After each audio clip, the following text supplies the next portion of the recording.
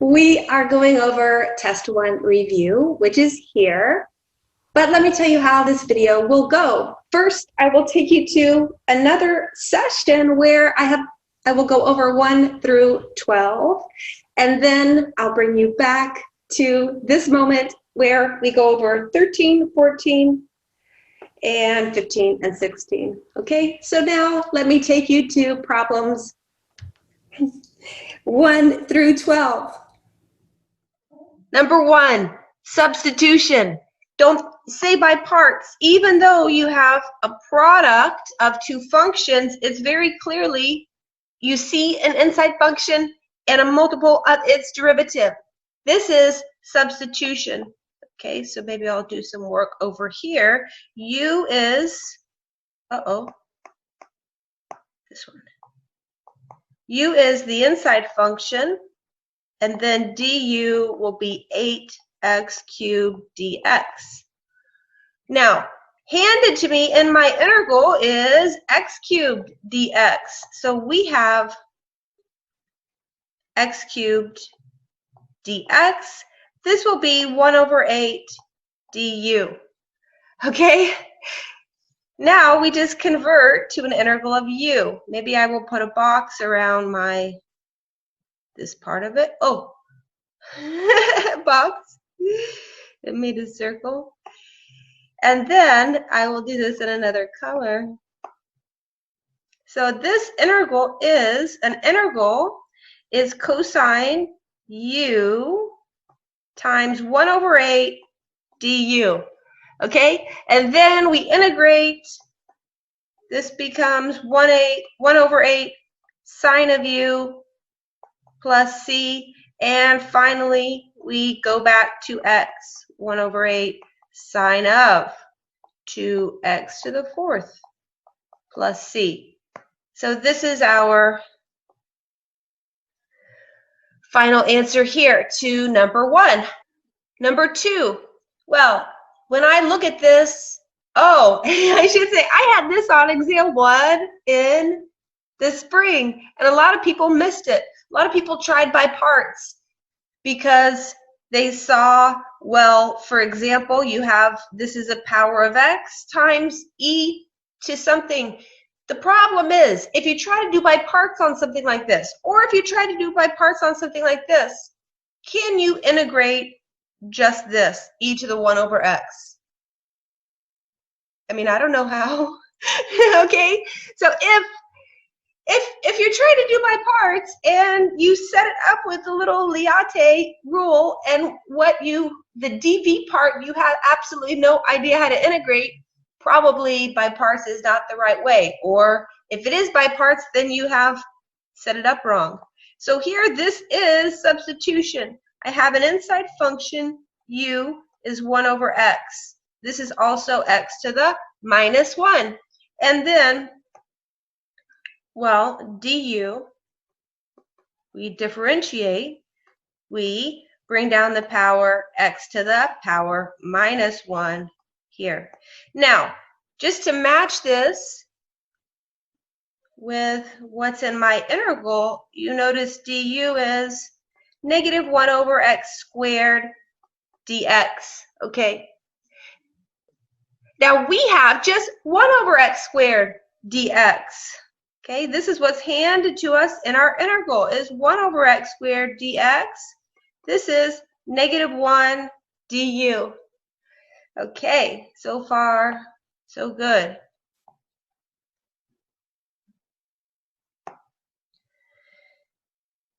Then I'm ready to convert to an integral of u. This is an integral. It's e to the u times minus 1 du. Well, the integration part here is the easiest we're going to have, because when you integrate e to the u, you get e to the u. So we have, except there's a minus sign, e to the u plus c, and finally we go back to x. So this will be negative e to the 1 over x plus c. And this here is my final answer. Inverse tangent. And this is not 1 over the tangent. This is the arctan. Okay, well, ask yourself, do you know how to integrate that? Just, is there some rule that you have in your head? No, not really. But if you remember our acronym,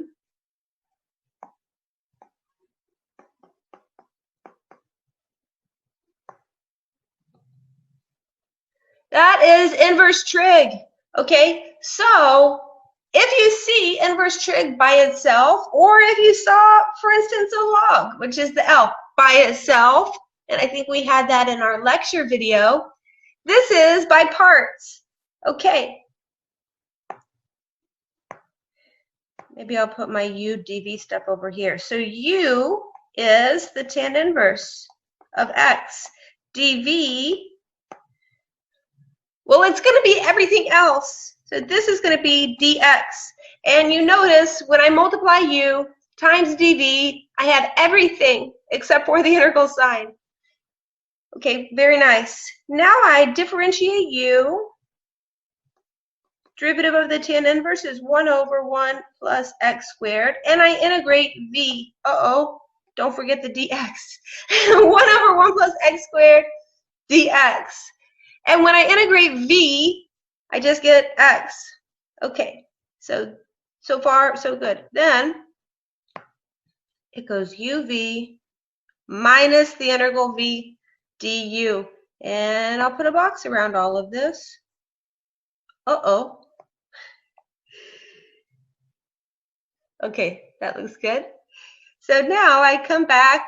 I'm ready to set up by parts.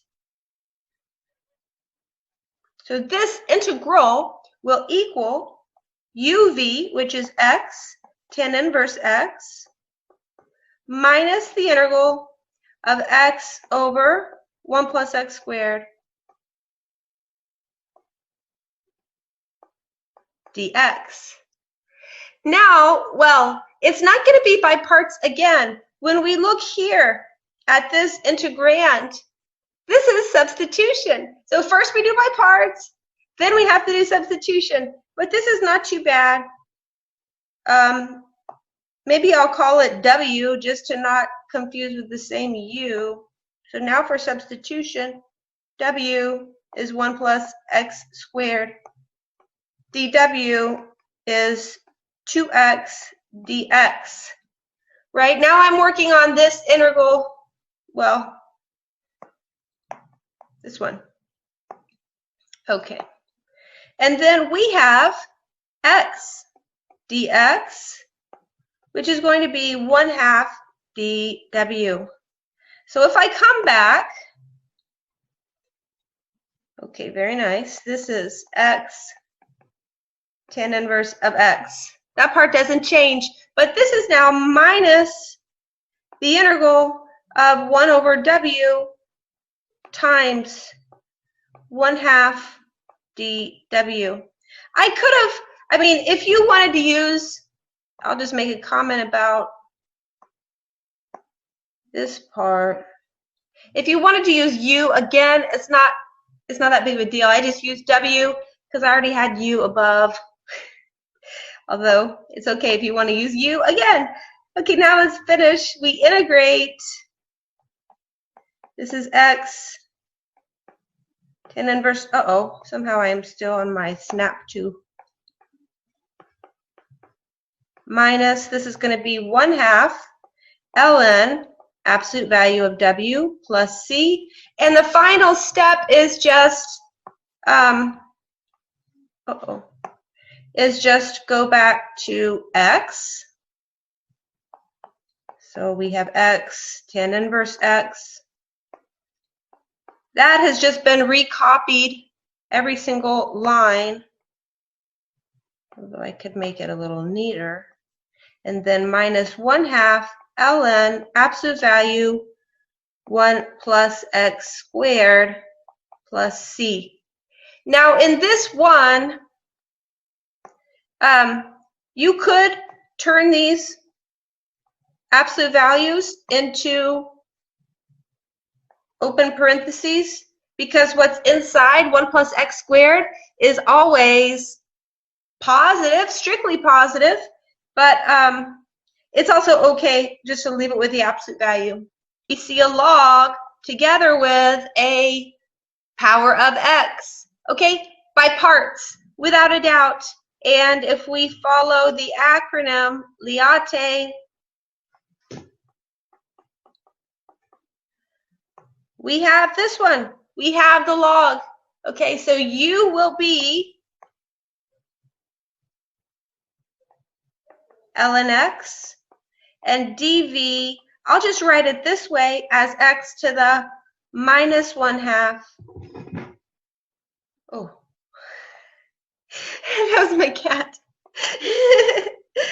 X to the minus 1/2 dx. Okay, because it's a power, it's just easier for me to write as a power. And now I differentiate u, 1 over x dx.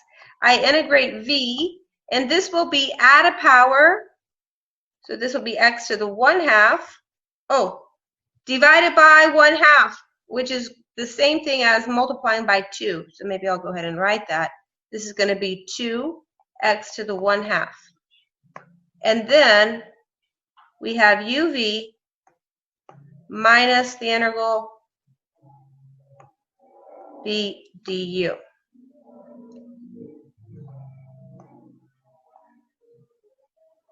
Okay? Okay, looks good so far. Now let's write. So we have this integral equals, well, this is 2 square root of x ln x minus the integral. We have 2 x to the 1/2 over x dx. And this is not another by parts, and it's not substitution. It's just properties of exponents to simplify. So we get, this is 2 square root of x ln x minus, this will be 2x to the negative 1/2 dx. Now finally we integrate, and this is again a power rule. So we have 2 square root of x ln x minus, it's going to be add a power x to the 1/2 and then divided by that higher power, divided by 1/2. But we did this already up here. When you divide by 1/2, you're multiplying by 2. But you notice I already have a 2, so it's going to be the constant in front, or the multiple coefficient, I should say, will be 4. 2 times 2. One of the 2's is right here, and then the other 2 comes from dividing by 1/2. And so, like this, plus c.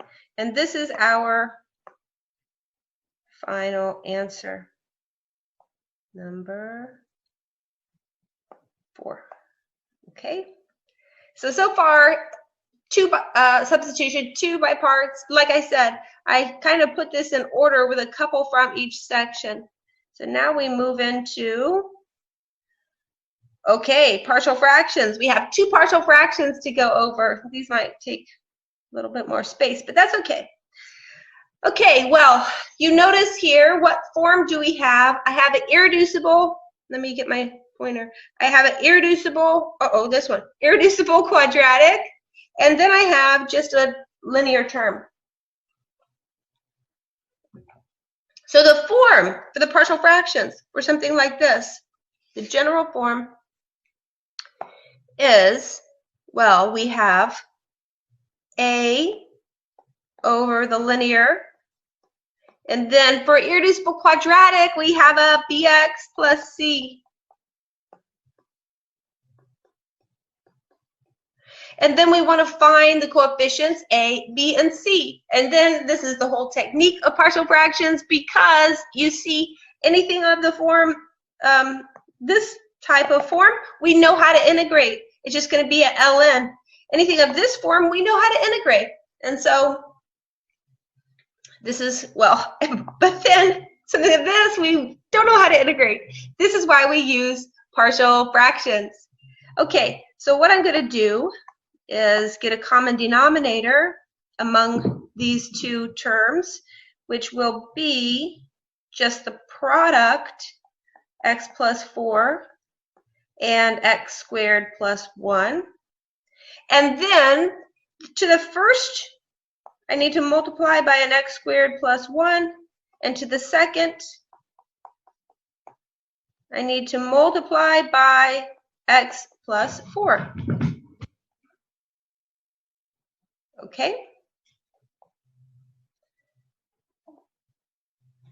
And then I will go ahead and just multiply all of this out, and then I'll set my two numerators to be equal. So this will be an ax squared plus a, and then when I distribute bx plus c times x plus 4, let's see, I get a bx squared plus 4bx plus cx, and then plus 4c. And I almost ran out of space. Oh, but it's okay. We made it. And then this is all over x plus 4 and x squared plus 1.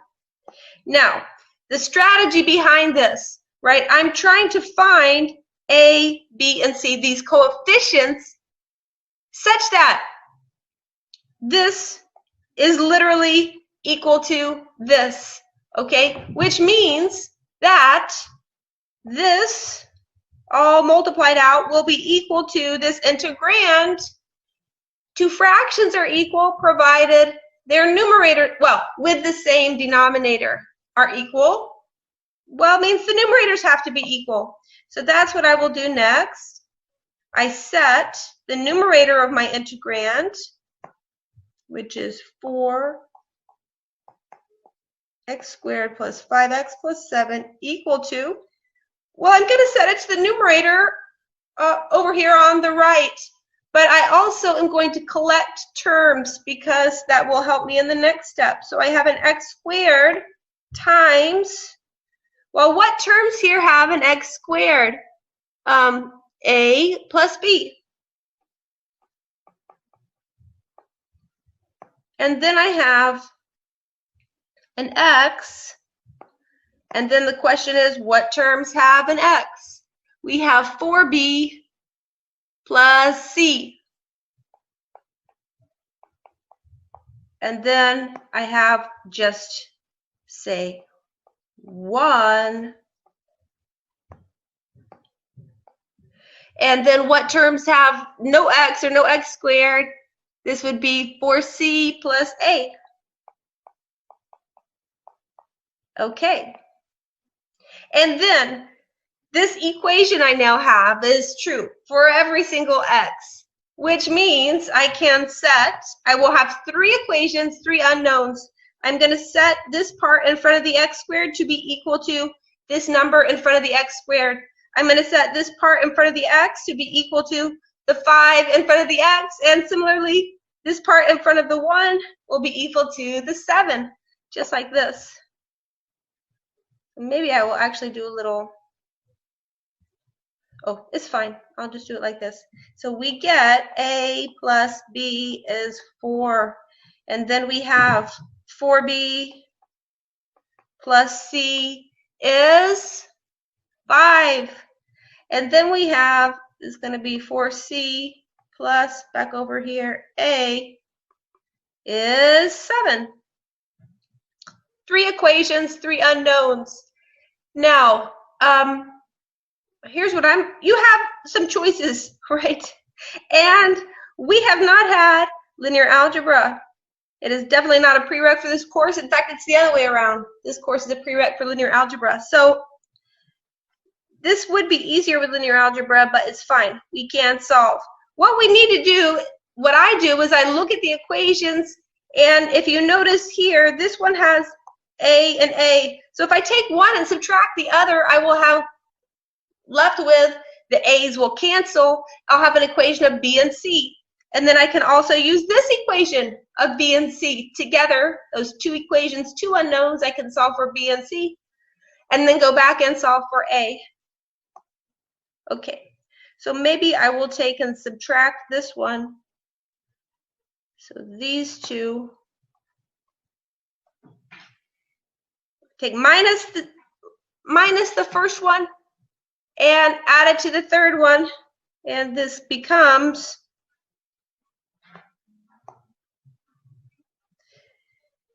okay, we have minus b plus 4c is 3. And then I can just add this 4b plus c is 5, right? I just recopied my second line. I took line 3 minus line 1, recopied. Then I recopied the second line. And this is what I was saying. Now we have 2 equations and 2 unknowns here. And what can I do? For example, I can take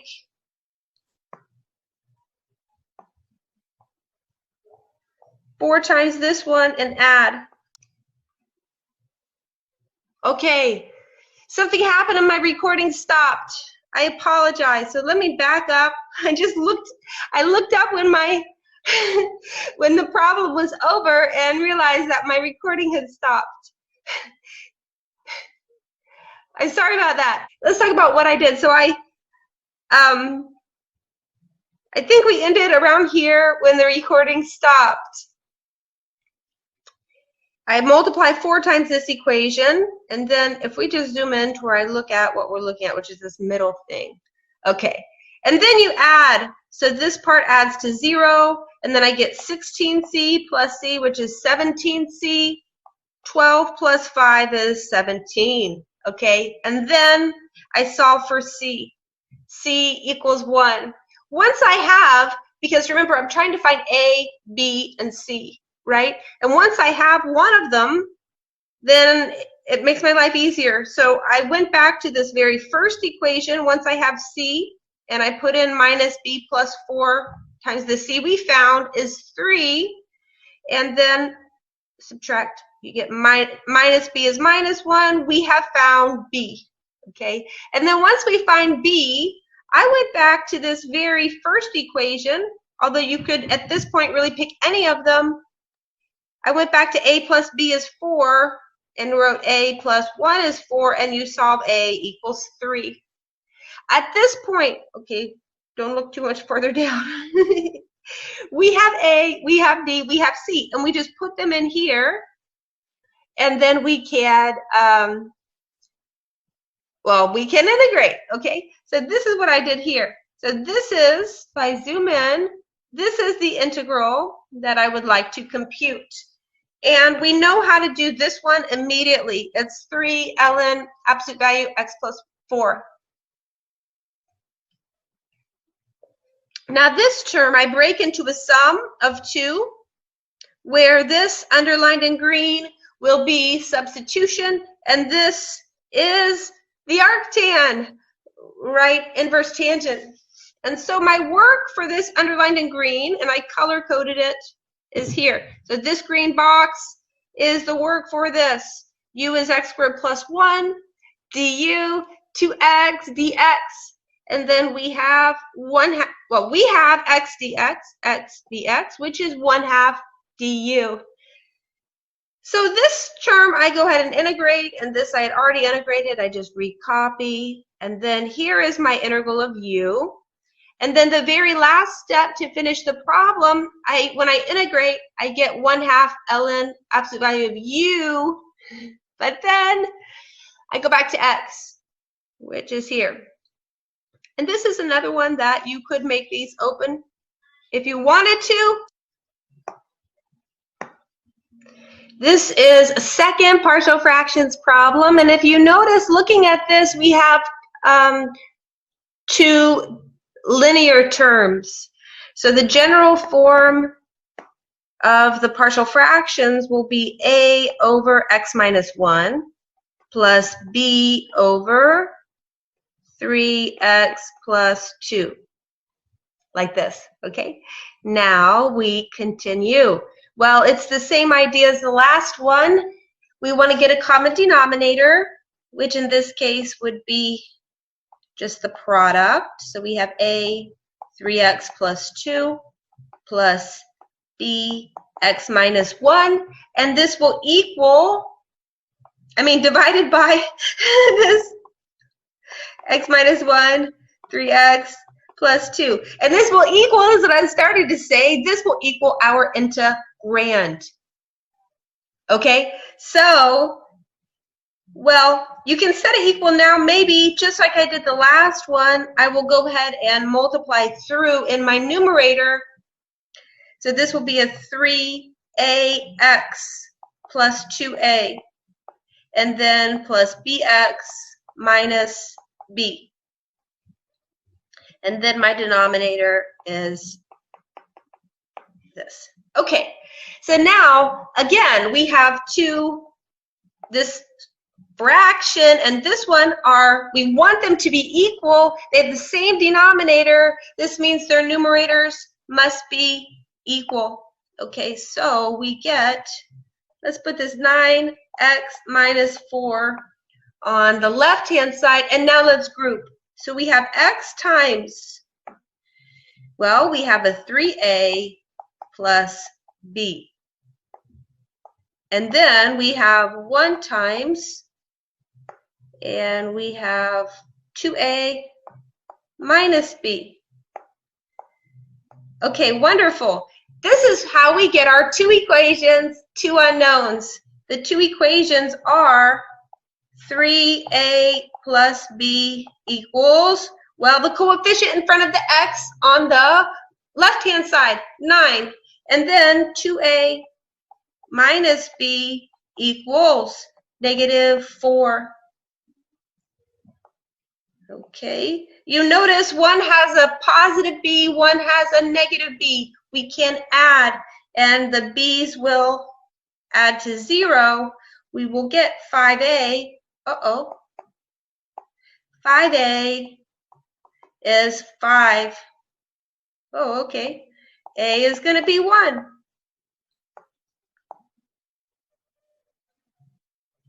And then now we can substitute this really into either equation.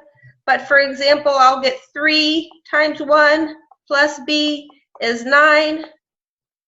If I just subtract, you see I have b, I'll write it above, is 6. Okay, so I have found a and b. Very nice. Now I can write, maybe I'll put a little line underneath to, separate my work some. There we go. Now I am ready to integrate. This one's shorter than the last partial fractions problem, if you notice, but they're both good exercises. I think this one was on my first exam last semester. So then we have 1 over x minus 1 plus 6 over 3x plus 2 dx. Now, the only thing you really have to, maybe I will write it as a sum of two integrals here, because we have to be careful about this second term. So this first one is very much like a lot of the ones we have done with partial fractions. The first term here, this one, we're going to get ln absolute value x minus 1. But then this one, you have to be careful, because if you go back and think about this one, really it's a substitution. The inside function has derivative 1, so du is dx, and I usually just skip the steps of substitution when I have something like this. But this one, the inside function, the derivative is not 1. So du, for instance, is not just dx. And so I will take the time to write that out so that I don't mess up my multiplier. Maybe I'll underline that in green again. So just for this one, okay.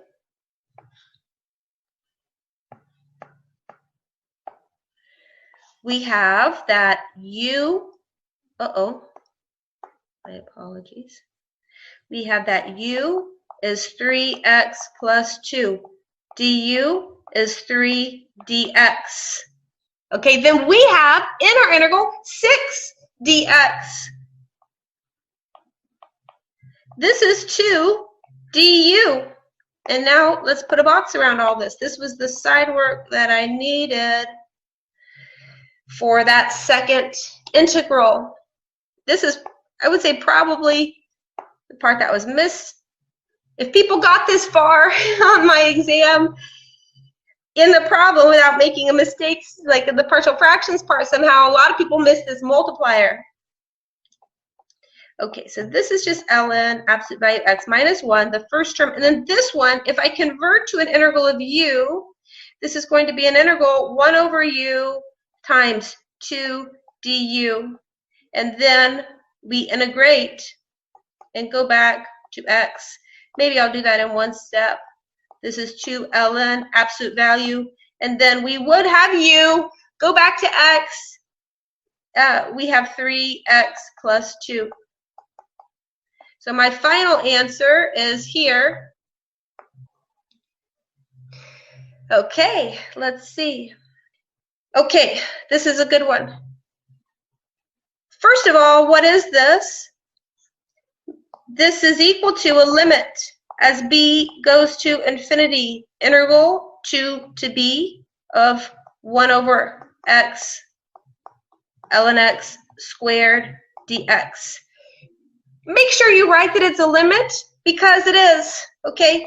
If you do not write this on an improper integral problem, you do not get full credit, even if you have the right answer, because a lot of math, this course generally, is showing your work. And it's very important that you write the fact that it's a limit, because it really is. Okay, but then what is an improper integral? The way I always think about it, first, it's a definite integral.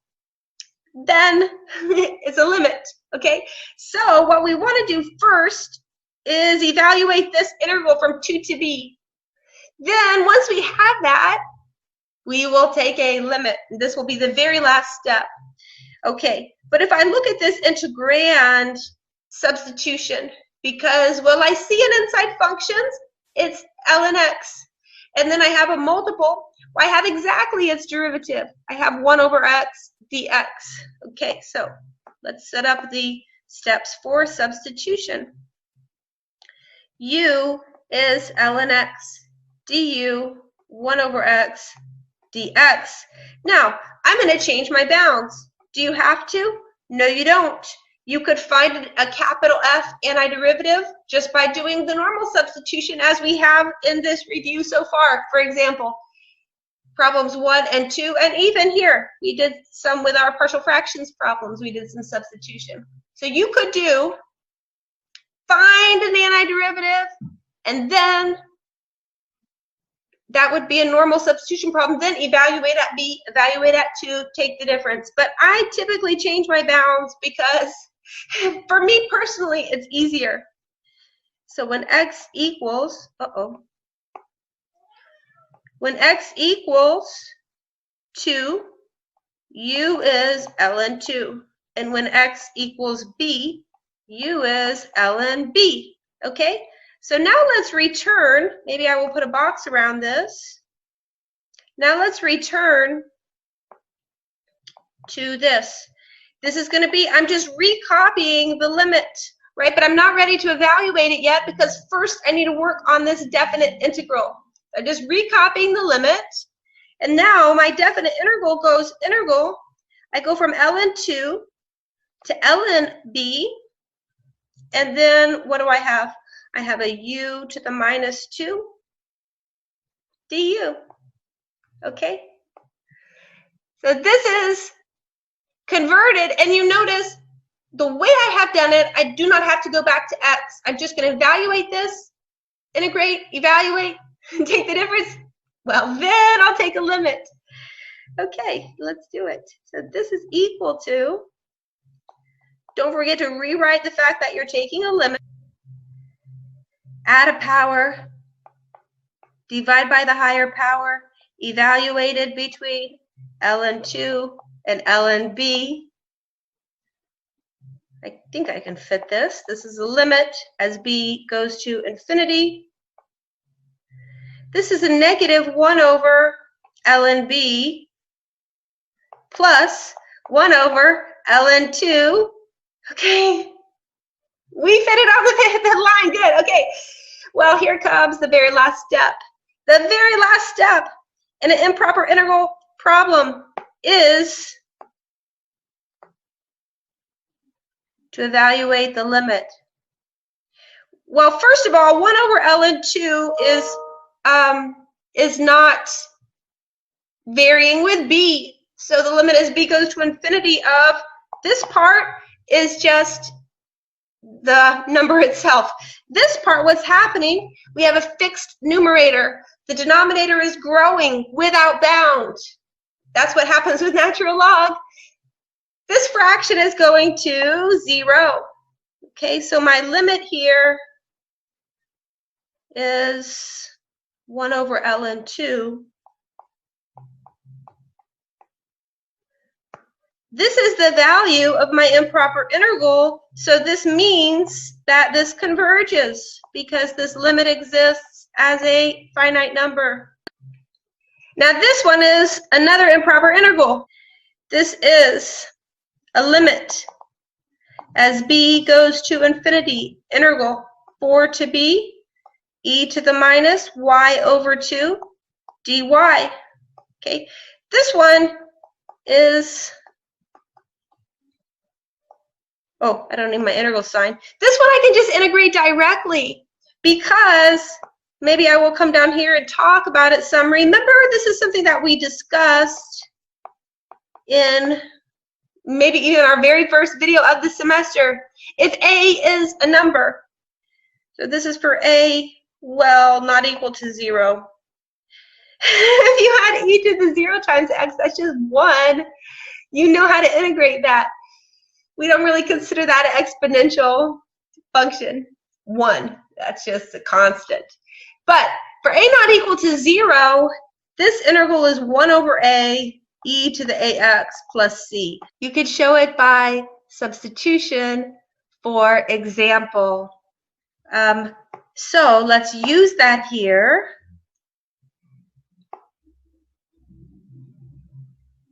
Well, what's my a in this problem? My a is negative 1/2. So when I integrate, I get 1 over negative 1/2, which is negative 2 e to the negative y over 2, evaluated between 4 and b. This is a limit as b goes to infinity. Minus 2 e to the minus b over 2, and then plus, minus a minus is the plus. Oh, maybe I have to zoom out so you can see it. Okay, 2 e to the, well, minus 4 over 2, which is minus 2. Okay, the final step here is evaluate the limit. So this is the only part that has a b. And what's happening? Well, this is the exponential, okay? E to the, what does e to the minus x look like? Maybe I will just do it here.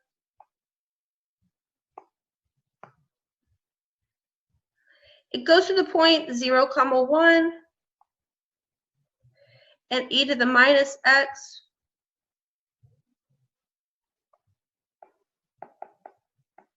looks something like this. In fact, any exponential with base between 0 and 1 looks like this, and this is an exponential here with base between 0 and 1, right? This is e to the minus x. In particular, what we see from this is the limit as x goes to infinity of e to the minus x is 0. Okay? So maybe now I will erase all of this. That was just my comment. It helps me finish my problem. Okay? So then we come here, and we know this limit is 0. And now we can finish. We can evaluate this limit. We get 2 over e squared. And again, this improper integral converges. We get a number. Okay? This is one of the ones that if you are not careful, you're going to do it wrong. Uh-oh. I didn't mean to do it twice. There we go. If you're not careful, you'll do it wrong. In particular, if it just said evaluate and it did not, for example, have this part. If it just said evaluate this and you didn't realize that this was improper, you would do it wrong, okay? So it's always good to think about, do I have an improper integral or not? This is improper because this integrand is undefined at 0, and we have this infinite discontinuity at x equals 0. So the way this is defined, well, this will be equal to, it'll be the integral minus 2 to 0, 1 over x to the 4th dx plus the integral 0 to 3, 1 over x to the 4th dx, provided what we need here is that both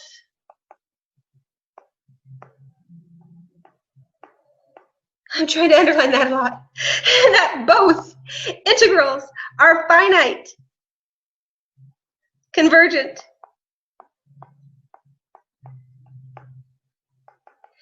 If either one diverges, or if they both diverge, does not exist, divergent, okay? So even if you get, and you can, this wouldn't happen here because the integrand is always non-negative when it's defined. But even if you have, for instance, a sum of 2 like this, and one diverged to minus infinity, one diverged to infinity, you can't conclude anything. Infinity minus infinity is not 0. It's really something that is not defined, okay? Okay, so it's kind of like infinity over infinity is not 1, right? So here, in order for this improper integral, this one, to be convergent, we must have this converge, we must have this converge, and then this will be the sum of the two. So I could just work with one of them, this one or this one. Find the value. If that converges, move on, calculate the other one. But if I work with one of them and that diverges, then I'm finished.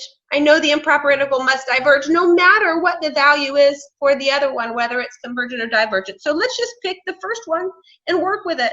And if we get a number, we'll move on to the second one. So let's look just at this.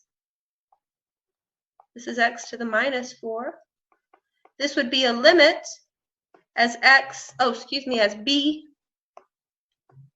goes to 0 on this side, the integral minus 2 to b of x to the minus 4 dx, okay? Now, recopy the limit. Now I will integrate. We add a power, divide by the higher power, and evaluate. Okay, let's move to the next line. This is a limit. B goes to 0 on this side. Okay, this is going to be minus 1 over 3b cubed, and then plus 1 over 3, minus 2 cubed. Right? So far, so good. We have evaluated. I don't think that I made a mistake. It looks good. Well, now let's evaluate this limit to figure out the value of this improper integral. What's happening here? We have a fraction, fixed numerator. The denominator is going to 0, right? Because b is going to 0. So you have a fixed numerator, fixed, I don't know, 5. Well, it's 1. I know what it is. Denominator going to 0. The fraction is blowing up. And in this case, we have a negative out in front. We're going to 0 from negative numbers. this is going to positive infinity. But, so, okay, does not exist. Diverges. So we don't even need to think about, as I was discussing, we don't even need to think about the other part, the improper integral that goes 0 to 3, because this one diverges, so the entire improper integral diverges. So then we can, maybe I'll just write it. You get 1, then we get the entire thing, which was the integral of -2 to 3, 1 over x to the 4th dx diverges. Okay?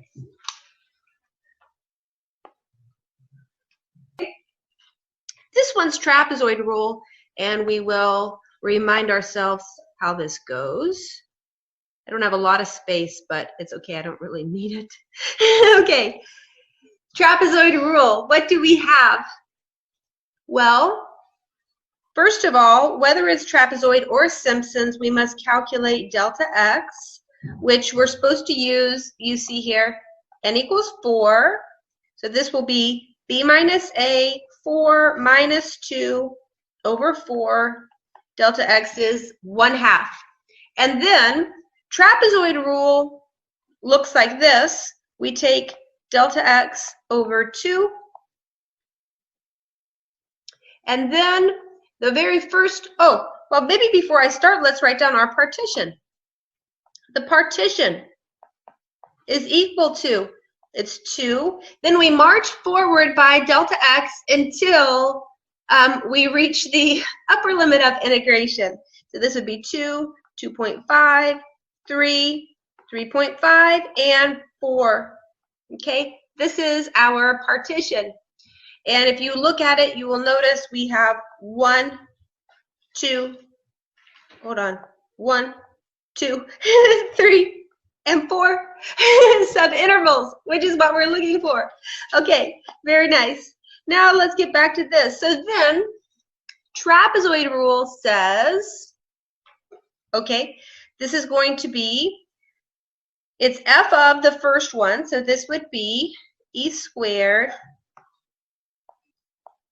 over 2, and then plus 2 times f of the next, plus, 2 times f of the next, e to the 3 over 3, plus 2, sorry about that. Oh, because I'm running out of space. Well, I only have 2 more to write. Maybe let me not be so wide with how I write. Plus, we have 2 times f of the next, which is e to the 3.5 over 3.5, and then we have just a f of the very last value in our partition. Okay, so this is trapezoid rule. And what will we have? Well, just as a comment here, one thing, maybe I'll change it. We know delta x, it's 1/2. And so this will be 1/2 divided by 2, or 1/4, right? And everything I have written, look, this is the work that you need to show if you need to show work.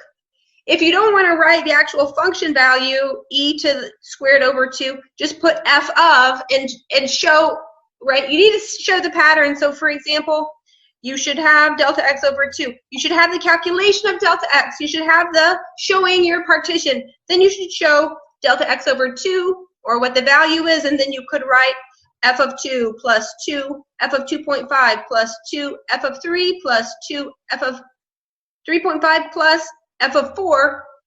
That's one way to show work, or you can just write the actual function as I did. Now, you do not need to write all those as decimals separately. This would take a significant amount of time. What you can do from here, so now let me share my screen here, where I have here. Okay, So what you see, if you look here, this is what you would put in your calculator. Just put it in all as one big line, or you can also type it into Desmos, as I have. So I typed in exactly what I wrote, and then here comes my answer. And then I will write that down as my final answer. Okay. So what did I, now I lost it. Let me escape so I can see what we had calculated. We found this is to 4 decimal places. This is 14.8509. Okay, because it's 85088 rounded to 4 decimal places. Here we are. Okay, so this is how you, well, for example, the work that I would expect. Okay. Okay, now let's move on. Simpson's rule. I had this one on a quiz in the spring, and it took people forever, I think because it's n equals 6. But you should be prepared to do n equals 6 or n equals 4 for either Simpson's or trapezoid. Neither of those are unreasonable. I think unreasonable would be n equals 10 or something like that. That would, or even 8, that would be a little bit too much. Okay, well, we begin like the last example. First, we calculate delta x, which in this case is 12 minus 0 over n. Delta x is 2. And then we want to write out our partition. So the partition, you start with a lower limit of integration, and then you just keep increasing by delta x until you hit the upper limit of integration. And just like in the last example, we can count. This is 1, 2, 3, 4, 5, 6 subintervals here. So everything is working out okay. Now Simpson's rule, first of all, we need n to be even. I could ask you trapezoid rule with n equals 5, and you can do it. But Simpson's rule, so we have delta x over 3, and then, well, we have the function value at 0, which is just 1 over square root 1. And then it's 4, and then it alternates 4, 2, 4, 2, 4, 2, like this, until the very last one has coefficient 1. So this would be 4, and then we would have the square root.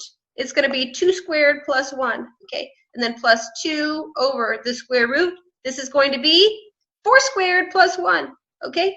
And then we have, let's see, 4 again over the square root. This is, now I'm on 6. This is 6 squared plus 1. And then the next one comes with a 2. This is going to be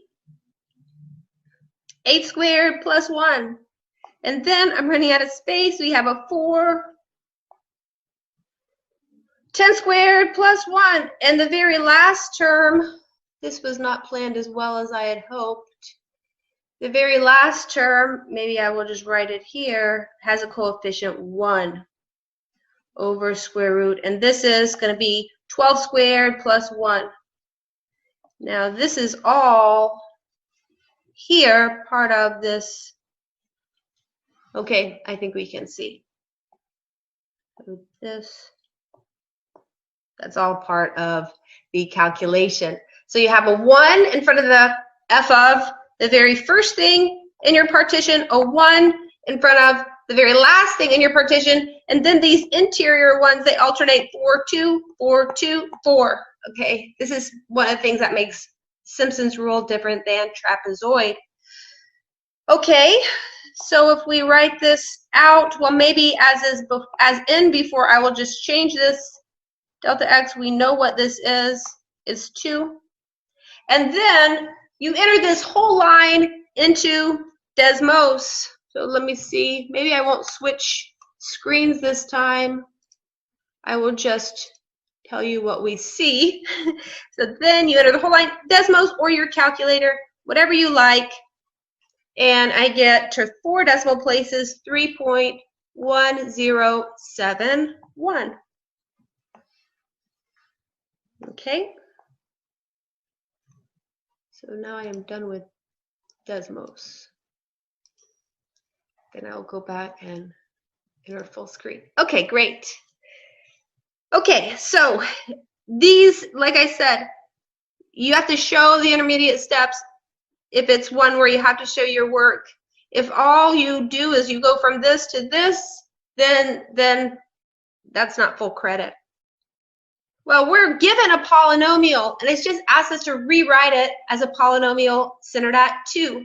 But what we are going to do here in terms of the technique, it's exactly the same as for number 13 and number 14, and we want to begin by making a little chart, which maybe I'll do in blue. First of all, let's draw a line this way.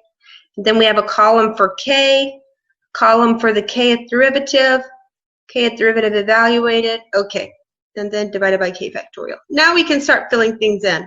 So this will be k,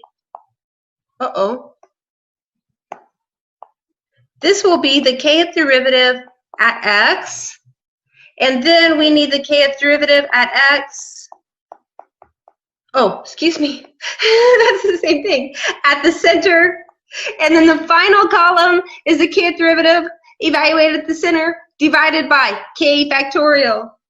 So we have the kth derivative at 2 over k factorial. All right, very nice. Now, this already is a degree 3 polynomial, so we will rewrite it, well, as a polynomial of the same degree. So this will be 0, we need 1, we need 2, and we need 3, and then this will be the end of my list. Okay, this is just the original function, x cubed minus 2x squared plus 3x plus 2. Maybe I'll begin by taking all my derivatives, and then I'll evaluate things like this. So I take the first derivative, 3x squared minus 4x plus 3. I differentiate again, 6x minus 4, and one more time. Okay, now I need to evaluate all of these at 2. Well, I'll start at the bottom. That's the easiest. You evaluate this at 2. Evaluate this one at 2. It's here. Okay, constant function. You evaluate this at 2, 12, minus 4, 8. Okay, evaluate this at 2. Well, maybe now I need to do a little side work. I'll do it in, oh, got so many colors. Purple. Okay, so if we have, this would be 3 times 4 minus 4 times 2 plus 3. This is 15 minus 8. I have 7. So this one is 7. And then I have one more, which is to evaluate the original function at 2. Okay, so this is 8.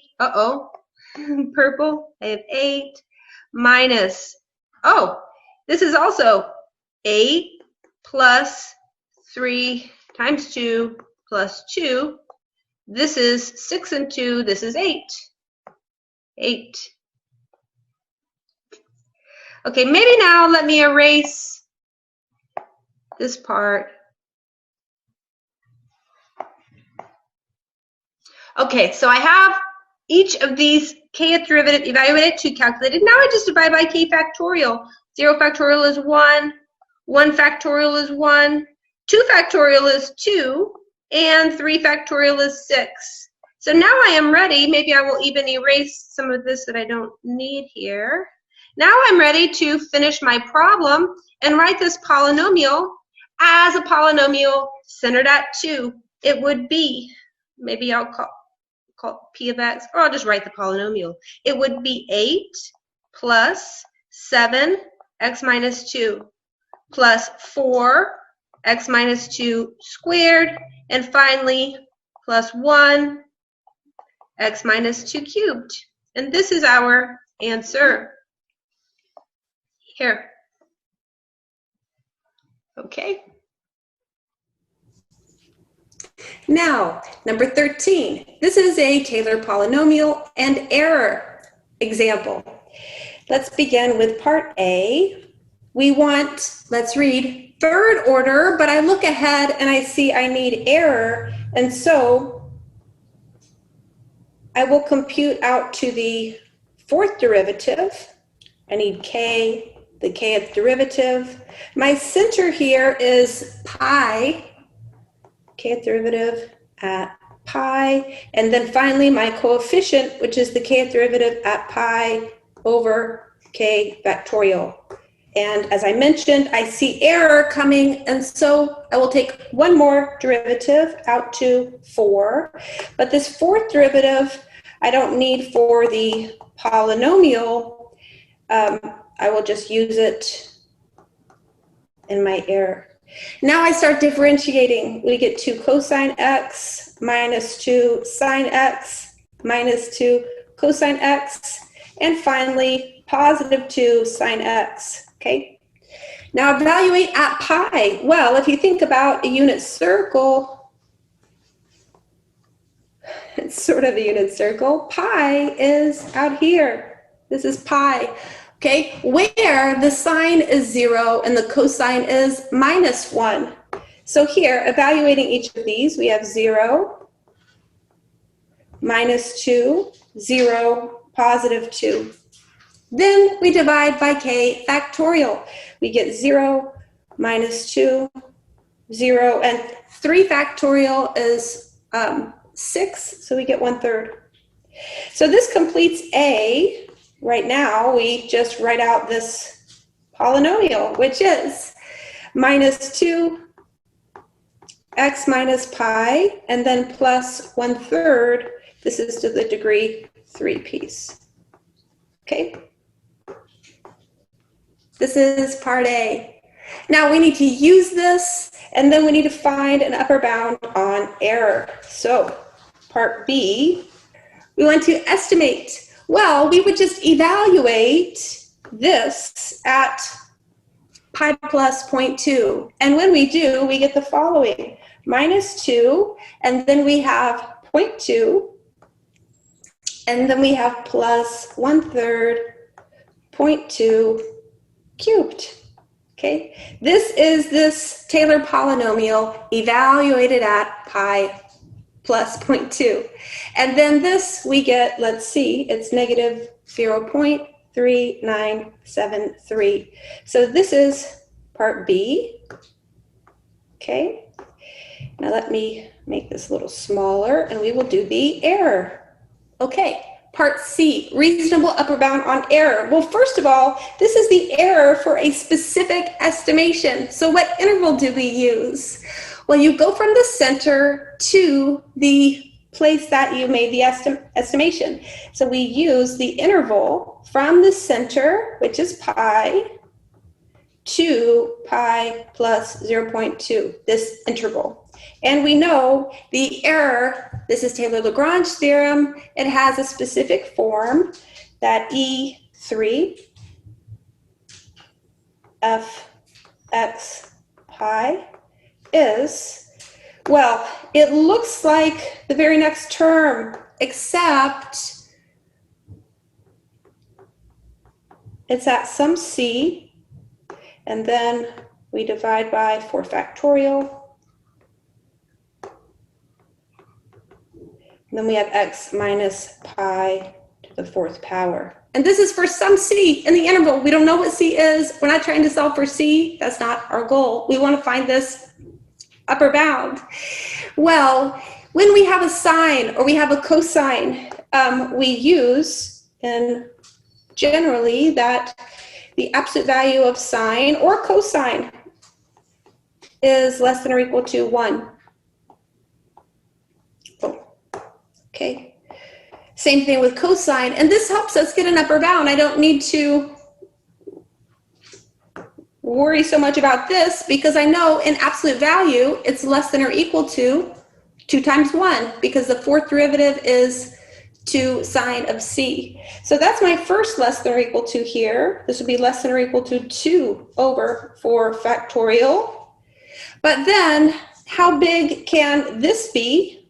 On my interval, well, it's certainly not very big at pi, it's 0. So the biggest it can be is here at pi plus 0.2, and the biggest that is 0.2 to the 4th power. So this is 0.2 to the 4th. And this number is approximately, we have 3 zeros followed by a 1, 3, 3. 1, 3, 3. Okay? So this is part C, this error. Okay? Very nice. Now let's move on to number 14, which is here. It's the same idea. We have a function. We want the third order Taylor polynomial, and then we want to find a reasonable upper bound on error. Okay, great. Where I need k, I need the kth derivative as a function of x. Kth derivative at, let's see, my center is -1. And then the final column, which gives my coefficients, is the kth derivative at -1 divided by k factorial. Okay, now third order. So I have 0, 1, 2, 3, and I take one more derivative that will come up in the error calculation. Okay. Well, this is a natural log. Well, I'll write it here. Natural log 2 plus x. The first derivative is 2 plus x to the -1. And now everything is power rule after this. Well, technically chain rule, but the inside function has derivative 1. So this is minus 2 plus x to the -2, positive 2 plus x to -3, and then it's going to be a -6, 2 plus x to the -4. Put that here. Okay. Now we evaluate at -1. This is my center. 2 plus -1 is 1. So the first one is natural log of 1, which is 0. And then we have 1, and then -1, and then positive 2. Okay. 1 to any power is just 1 here. Now divide by k factorial. This is 0, 1, this is -1/2, and this is positive 1/3. Okay, so I'm going to have an x plus 1 minus 1/2, x plus 1 squared, and then plus 1/3. Move this over a little. X plus 1 cubed. This is the power here, x plus 1 cubed. Okay, here is part A. Let me label, this was part A, and now part B. Okay, my interval, I am within 0.1 of -1. And so this means my interval here goes from -1.1 to -0.9. This is being within 0.1 of -1. And the error, this, I could almost just copy it exactly from the one above, except we have a different center. This is absolute value. Well, we have the fourth derivative evaluated at some c divided by 4 factorial, and then times x minus the center to the 4th power. Okay. Now, this, the fourth derivative, is not a sine or a cosine, so I can't just say it's less than or equal to 1. I need to think, and maybe I will move this up some and think over here in pink. The fourth derivative, so the absolute value of the fourth derivative at c is, it's positive 6 over 2 plus c to the 4th power. If we stare at this as a function, you notice this is decreasing. And so we want to use, well, the largest a decreasing function can be is at this endpoint. So we want to use c is -1.1. Okay, so this would be less than or equal to, well, let me just write some things here. 4 factorial, And then in my denominator, I have, if I take minus 1.1 plus 2, this is 0.9 to the 4th power. And then I will have this. Okay, that's step 1 in finding an upper bound, was this part. Realizing the 4th derivative is decreasing, and we use the left endpoint. And then the second part is to ask ourselves, how big can this be on this interval? And really, this happens at either endpoint, where if we take x plus 1, well, at least in absolute value, we get 0.1. And so the biggest this can be is at 0.1 to the 4th power. So we have 1 more less than or equal to here. We have a 6. We have 0.1 to the 4th power. We have divided by 4 factorial, and then 0.9 to the 4th power. And this is our upper bound. Now, let me make this a little bit smaller, and we will put this in a decimal. This is approximately, well, we have 4 zeros followed by a 381. Okay, so here is my reasonable upper bound for this example. Okay, this is number 14.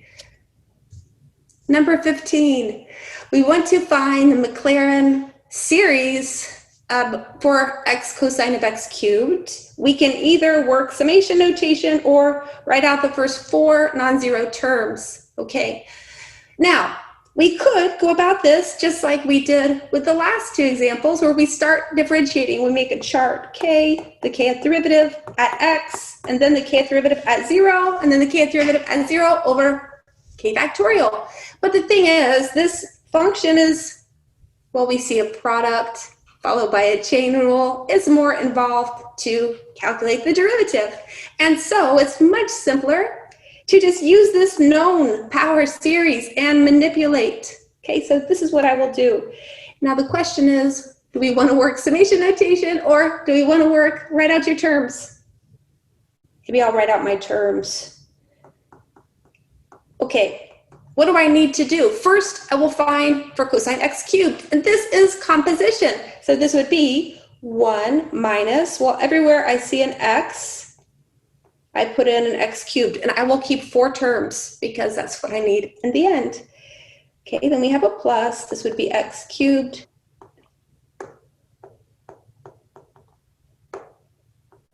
And then we have a minus x cubed to the 6th power over 6 factorial.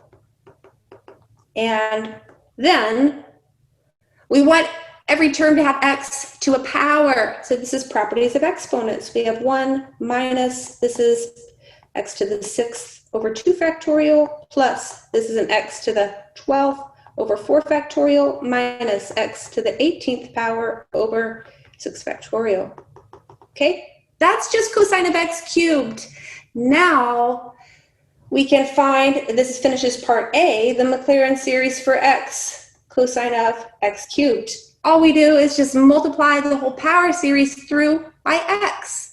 So this is x minus x to the 7th over 2 factorial, plus this would be an x to the 13th power over 4 factorial, and then minus x to the 19th power over 6 factorial. This is part A, at least in writing out your terms. And you could certainly work summation notation as well, as I mentioned. Okay, now let's move on to part B. We want to use the first 3 non-zero terms to approximate a definite integral. And all this is we want to integrate from 0 to 0.4. Well, the first 3 non-zero terms are x minus x to the 7th over 2 factorial plus x to the 13th over 4 factorial dx. This is polynomial integration, which is not too terribly bad. So we have x squared over 2 minus, we have x to the 8th over, well, we have this 2 factorial is 2 And then times 8 would be 16. And then plus x to the 14th power over, well, 4 factorial is 24. And then we have times 14. And then we evaluate between 0 and 0.4. 0.4 squared over 2 minus 0.4 to the 8th power over 16 plus 0.4 to the 14th power over 24 times 14. And this is approximately 0.07, let's see, 996, say. Okay, this is rounded, but this would be our answer for part B. Now we have the very last problem here on our review, which is another manipulating power series question. So we're actually going to have to do some initial work, which is to first, before we get to part A, is to find a power series for f of x, this function here. And then we can integrate and we can differentiate. And this is what we're doing in this problem. And maybe this one I will work with summation notation, but it's perfectly fine whether you write out terms or work with summation notation. So using this here to get this 1 over 1 plus x to the 8th power, I can realize this is 1 over 1 minus like this. Okay, so what I need to do is compose with negative x to the 8. And this would be, again, this problem I am working summation notation, but we would have minus x to the 8 to the k. Now, we want to have, when we write a power series, we want to write as coefficient, we want, I'll write it this way, ck x to the k. This is what we want in each term. We don't want to have, well, something inside parentheses like this. So all we have to do here is just write it like this. This would be, we have a minus 1 to the k. We have an x to the 8k. Okay, so far we have a power series for 1 over 1 plus x to the 8th power. Now I am ready for both part A and part B. Part A is the derivative. Well, if we want the derivative of this, all I do is I differentiate each term, but don't get confused because here's the x, right? K is just the index of summation here. It will be a number for each k. Here's x. So what I see when I look at the kth term is I see x to a power. Okay, bring down the power, x to the power minus 1, right? So I copy my coefficient and then bring down the power, x to the power minus 1. I am going to start at 1 and go to infinity, because if I think about this at 0, we would have a minus 1 power, which is not really part of the power series. Of course, at 0, this is 0, so you don't have a 0th term anyways, but it's better to shift this up so that you don't have a negative exponent in your power series. Okay. That's just a comment, part B. Well, we integrate 1 over 1 plus x to the 8th dx. Okay, I put my c first because I don't want it to get confused as part of the sum. Now, how do I integrate a power, right? This is a power. Add a power, divide by the higher power. So I write the coefficient and then add a power, oops, and divide by the higher power. And this is all there is to A and to B. Maybe I'll underline, this is part A, This is part B. Okay? And this is the end of our review. Thank you very much.